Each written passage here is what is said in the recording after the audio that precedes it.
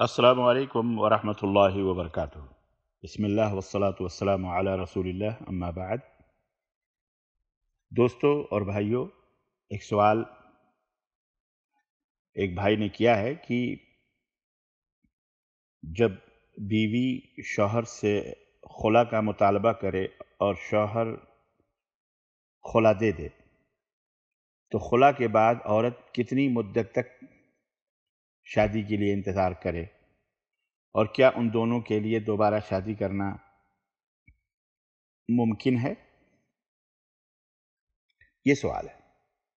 اس کا جواب یہ ہے کہ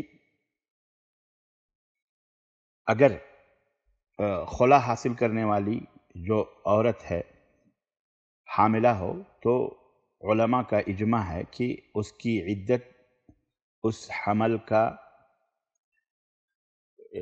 مکمل ہو جانا ہے، یعنی حمل سے بچہ پیدا ہو جانا ہے، چاہے وہ 2 دن کے بعد ہو یا 2 مہینے کے بعد ہو یا 4 مہینے کے بعد ہو۔ المہم وہی وضع حمل جس کو کہتے ہیں، حمل کا گرنا، یہی اس کی عدت ہے۔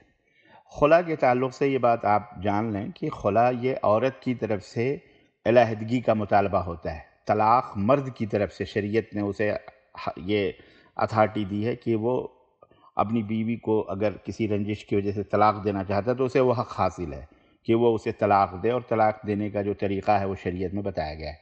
اور خلا جو ہے یہ عورت کی طرف سے، اگر عورت ناپسند کرتی ہے شوہر کو اور وہ اس ناپسندگی کی وجہ سے اللہ کے جو حقوق شوہر کے جو حقوق ہیں وہ خوف زدہ ہے کہ میں نہیں ادا کر پاؤں گی، اللہ کے حدود سے تجاوز کر جاؤں گی جو اللہ نے میرے اوپر رکھے ہیں شوہر کے تعلق سے، تو وہ عورت مطالبہ کر سکتی ہے اپنے علیحدگی کا۔ اسی کو خلا کہا جاتا ہے۔ یہ بات آپ اچھی طرح سے سمجھ لیں، ٹھیک ہے؟ تو ایسی عورت جو خلا حاصل کر لے، اگر وہ حمل سے ہے تو علماء کا اجماع ہے کہ وہ اس کا حمل جب تک رہے گا تب حمل نکلنے کے بعد ہی وہ عدت سے بری ہو سکتی ہے۔ لیکن اگر وہ حاملہ نہیں ہے تو اس کی عدت میں اہل علم کا اختلاف ہے۔ اس میں اکثر اہل علم تو اس طرف گئے ہیں کہ وہ 3 حیض عدت گزارے گی، کیونکہ اللہ تعالیٰ کا فرمان ہے سورہ بقرہ 228 نمبر میں کہ اور طلاق والی عورتیں 3 حیض تک انتظار کریں۔ والمطلقات یتربصن 3 قروء، طلاق والی عورتیں 3 حیض تک انتظار کریں۔ لیکن اس مسئلے میں صحیح بات یہ ہے کہ خلا حاصل کرنے والی عورت صرف 1 حیض عدت گزارے گی۔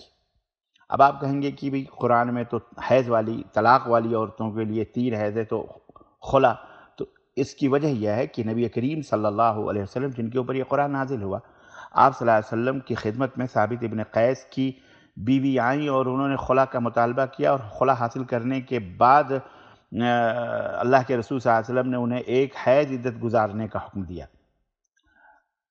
یہ حدیث ترمذی کے اندر، سنن ترمذی کے اندر ہے، اور علامہ البانی رحمۃ اللہ نے اس حدیث صحیح ترمذی کے اندر ذکر فرمایا، اسے صحیح قرار دیا ہے۔ اور یہ حدیث اس آیت کے عام حکم کے لیے مخصص ہے، یعنی خاص کرنے والی ہے۔ جو ابھی آیت کریمہ آپ نے سنی ہے کہ طلاق والی عورتیں 3 حیض تک انتظار کریں، اس طلاق کا مسئلہ ہے۔ لیکن یہ خلا اللہ کے رسول یہ الگ مسئلہ ہے، اس لیے اللہ کے رسول صلی اللہ علیہ وسلم نے جو ہے 1 حیض اس کے لیے رکھا ہے۔ اور اگر وہ 3 حیض عدت گزار لے تو بھی کوئی حرج نہیں ہے، اکمل ہے، احوط ہوگا، اور علماء کرام کے اختلاف سے بھی نکل جائے گا۔ مطلب یہ ہے کہ آدمی نکل جائے گا، جو کہ بعض اہل علم کہتے ہیں کہ آیت کے عموم کے اعتبار سے وہ 3 حیض عدت گزارے۔ شیخ ابن باز رحمۃ اللہ علیہ نے فتاوی طلاق میں اس بات کو بیان کیا ہے۔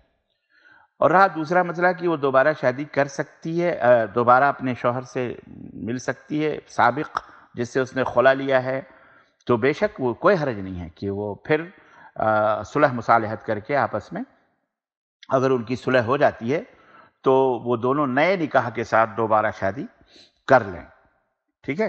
اس میں کوئی قباحت اور کوئی حرج نہیں ہے۔ لیکن بس یہ ہے کہ نیا نکاح ان کو کرنا پڑے گا، اور نئے نکاح کے جو متطلبات ہیں، 4 گواہ ہو، 2 عادل گواہ ہو، نیا مہر ہو، ولی امر کی اجازت ہو، اور میاں بیوی کا ایجاب و قبول ہو۔ واللہ اعلم بالصواب۔ صلی اللہ علیہ نبینا محمد وعلی آلہ وصحبہ اجمعین۔ والسلام علیکم ورحمۃ اللہ وبرکاتہ۔